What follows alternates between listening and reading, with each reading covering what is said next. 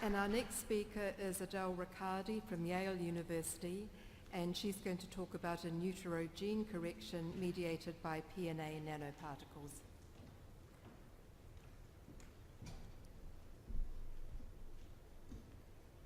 Good afternoon, and thank you to the organizers of the meeting for the opportunity to share our work today.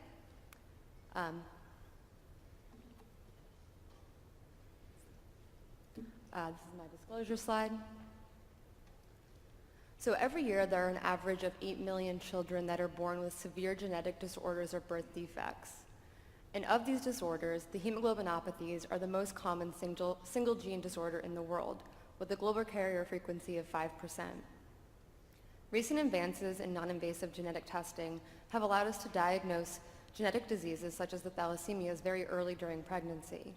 You can sequence the entire fetal genome using cell-free fetal DNA obtained from a single maternal blood draw as early as 7 weeks of gestation. Despite our ability to obtain an early diagnosis, many children with genetic disorders continue to suffer significant morbidity and mortality due to the fact that our currently available therapies do not correct the underlying gene mutations.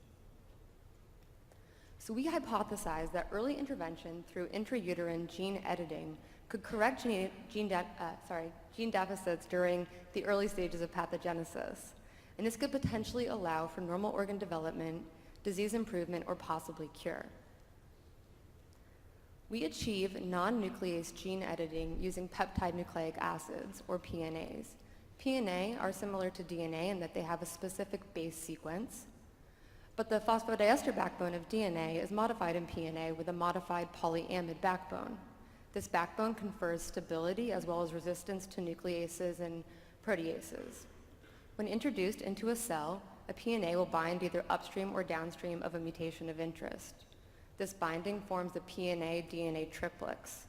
This creates a helical distortion in the cell that the cell recognizes as aberrant, and cellular repair enzymes will remove the PNA.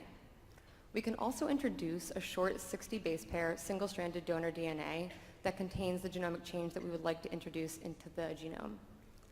Then the cell can use this as a template for homology-directed repair, which results in a heritable, permanent, and specific and precise genomic change. Peptide nucleic acids are hydrophobic and not readily taken up by cells, so we can efficiently and safely deliver them by encapsulating them into polymeric nanoparticles formulated from polyglycolic coglycolic acid, or PLGA. We load PNA and DNA into nanoparticles using an approach called double emulsion solvent evaporation. This results in spherical nanoparticles that have an average size of about 250 nanometers that you can see in the scanning electron micrograph on the right. Maternal fetal medicine specialists and pediatric surgeons can deliver therapeutics to developing human fetuses under ultrasound guidance by cannulating the umbilical vessels. We can perform a similar approach in lab, where we perform a midline laparotomy incision on mice of a known gestational age, and we can expose the uterine horns to see the fetuses. So here you can see a fetus that's at the 15th day of development, or E15. You can see the fetal anatomy as well as a large vein that's coursing across the fetus, and this is called the vitelline vein. The extraembryonic vitelline vein anastomosis with the fetal liver circulation before delivering blood to the rest of the fetus. Under a microscope, we can use a glass micropipette to deliver nanoparticles intravenously to the vitelline vein. And on the right, you can see the intravenous delivery of dye using a glass micropipette in a mouse fetus at day 15. So we were first interested in asking the question, where do nanoparticles go after we deliver them in utero? So to do this, we delivered green fluorescent nanoparticles using a glass micropipette into mouse fetuses at various gestational ages. And in this video, you can see the delivery of the fluorescent nanoparticles, and they are in fact going intravenously. So after 3 hours, we can see distribution of the nanoparticles within the fetal circulation. So you can see nanoparticles in the venous circulation, which is the larger vessel.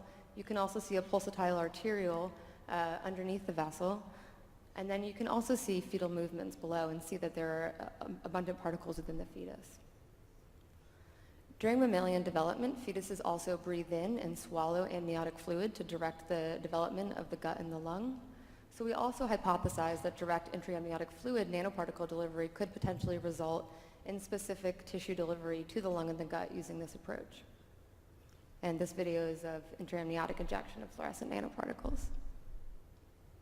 So after 3 hours, we looked at where the nanoparticles went. So after intravenous delivery, we see widespread nanoparticle delivery with the most robust nanoparticle accumulation in the fetal liver. And after intra-amniotic delivery, we do not see any nanoparticle accumulation on the 15th day of development. But at later stages, we start to see that the nanoparticles are accumulating in the fetus, indicating that the fetus has now begun breathing and swallowing. When we look at individual organs, we again see a more widespread nanoparticle distribution after intravenous delivery, again with the most robust accumulation in the fetal liver. And after intra-amniotic delivery, we see accumulation in the gut and the lungs specifically. And when we perform these injections at later gestational ages, we see that the intensity of accumulation increases over time. So for the remainder of this talk, I'm going to focus on our ability to deliver nanoparticles to the fetal liver, since that was where we saw the highest accumulation of particles. And in the image on the right, you can see green fluorescent particles in the fetal liver. So during murine fetal hematopoiesis, the stem cells first appear in the yolk sac around the 8th day of development. They migrate to large vessels before seeding the fetal liver on the 14th day of development. And in the fetal liver, they undergo a massive hematopoietic stem cell expansion. We know from work done by one of our colleagues at Yale, Karen Hershey, that the fetal bones are not even vascularized on day 15. So here she injected a fluorescent dextran molecule, and on the 15th day, you don't see accumulation in the femur. However, on the 16th and 17th days, you start to see this molecule accumulating in the femur, indicating that these tissues are now vascularized.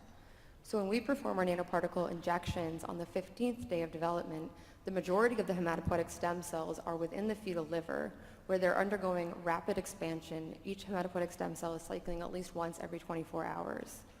So we thought that our ability to deliver nanoparticles to the fetal liver at this time point could represent a very large therapeutic potential for hematopoietic disorders. So to test this hypothesis, we use a mouse model of human beta-thalassemia. This mouse model contains a human splice site mutation. It's a C-to-T mutation at position 654.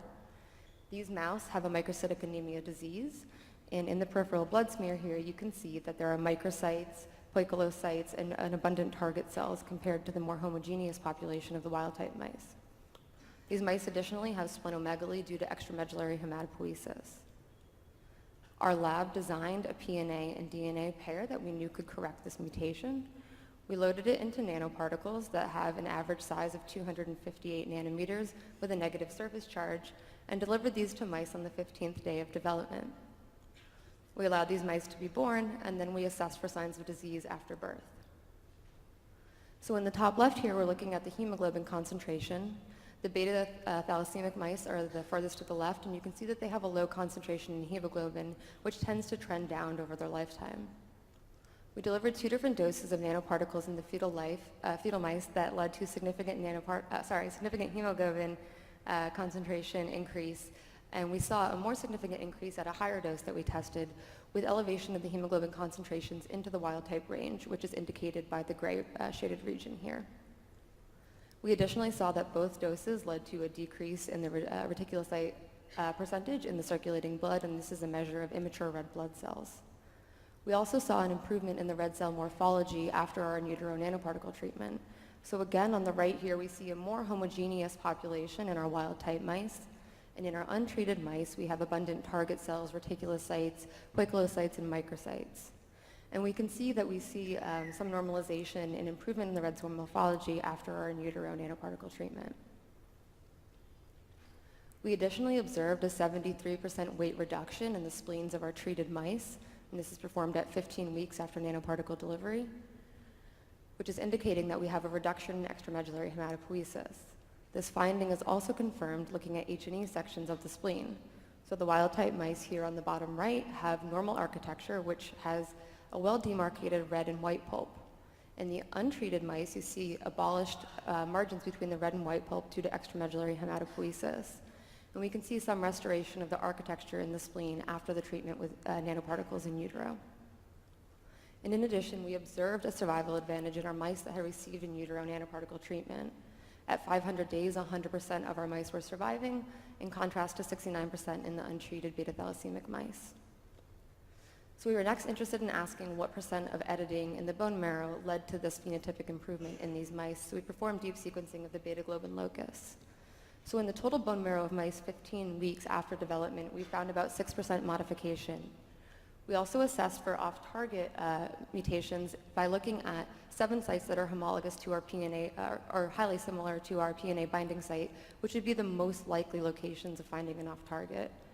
So we performed deep sequencing of these sites. We do not detect any off-target mutations. We confirmed our editing results by using a droplet digital PCR assay. So in this assay, there's 4 different populations of droplets that you can see. The gray droplets contain no genomic DNA. The green droplets contain unedited genomic DNA. The blue have the edited allele, and the orange are a mix of both the edited and unedited allele. So you can see that in our untreated mice, we do not detect any of the blue droplets. We look at modification in the total bone marrow, and again, we can see the quantification of this here on the right, and it's around 6%. And when we look at the editing in an isolated hematopoietic stem and progenitor population, we observe just around 10% of modification. So in conclusion, we have developed a PNA-based platform for achieving specific, precise, non-enzymatic gene editing in fetal mice. We delivered PNA nanoparticles in utero to correct a disease-causing beta-thalassemia mutation, and we found that this results in alleviation of measurable signs of disease from birth to adulthood of these mice. So I would like to thank my many advisors, Dr. Saltzman, Dr. Glazer, Dr. Stiddleman, and Dr. Egan, as well as the members in their labs who help with this work, Elias, Anthony, Eric, Raman, Rachel, Yan Feng, James, and Valerie. I would like to also thank the Yale Center for Genome Analysis, our collaborators at Carnegie Mellon, and our funding sources. Thank you.